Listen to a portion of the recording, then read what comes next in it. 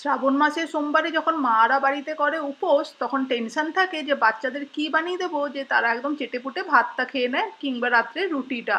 সেই দিনকার টেনশন আজকে আমি দূর করে দিচ্ছি। পটলের এই রেসিপিটা একবার ট্রাই করে দেখতে পারো, কমপ্লিটলি নিরামিষ। পটলটা এরকম ভালো করে ধুয়ে পরিষ্কার করে একটু কাট করে নিয়েছি খোসাটাকে, আর একটুখানি মাঝখানটাতে একটু করে চিরা লাগিয়ে দিচ্ছি ছুরির সাহায্যে যাতে পটলের ভেতরে মশলা ঢোকে।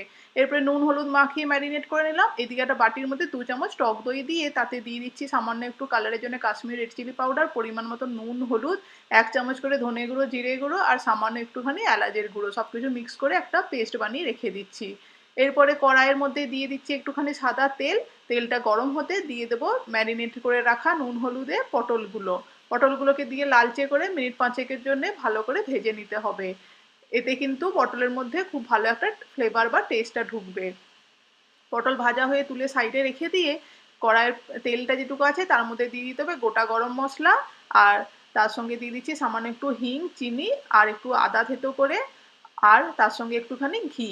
আমি কিন্তু গোটা গরম মশলাতে দিয়েছিলাম একটু জিরে গুঁড়ো, তেজপাতা আর দারচিনি।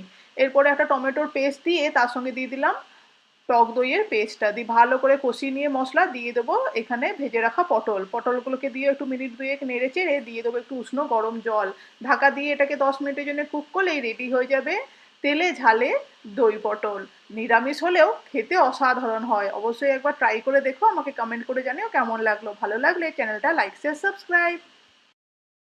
শ্রাবণ মাসের সোমবারে যখন মারা বাড়িতে করে উপোস তখন টেনশন থাকে যে বাচ্চাদের কি বানিয়ে দেবো যে তারা একদম চেটেপুটে ভাতটা খেয়ে নেয় কিংবা রাত্রে রুটিটা। সেই দিনকার টেনশন আজকে আমি দূর করে দিচ্ছি। পটলের এই রেসিপিটা একবার ট্রাই করে দেখতে পারো, কমপ্লিটলি নিরামিষ। পটলটা এরকম ভালো করে ধুয়ে পরিষ্কার করে একটু কাট করে নিয়েছি খোসাটাকে, আর একটুখানি মাঝখানটাতে একটু করে চিরা লাগিয়ে দিচ্ছি ছুরির সাহায্যে যাতে পটলের ভেতরে মশলা ঢোকে। এরপরে নুন হলুদ মাখিয়ে ম্যারিনেট করে নিলাম। এদিকে একটা বাটির মধ্যে 2 চামচ টক দই দিয়ে তাতে দিয়ে দিচ্ছি সামান্য একটু কালারের জন্য কাশ্মীরি রেড চিলি পাউডার, পরিমাণ মতো নুন হলুদ, 1 চামচ করে ধনে গুঁড়ো জিরে গুঁড়ো আর সামান্য একটুখানি এলাচের গুঁড়ো, সবকিছু মিক্স করে একটা পেস্ট বানিয়ে রেখে দিচ্ছি। এরপরে কড়াইয়ের মধ্যে দিয়ে দিচ্ছি একটুখানি সাদা তেল।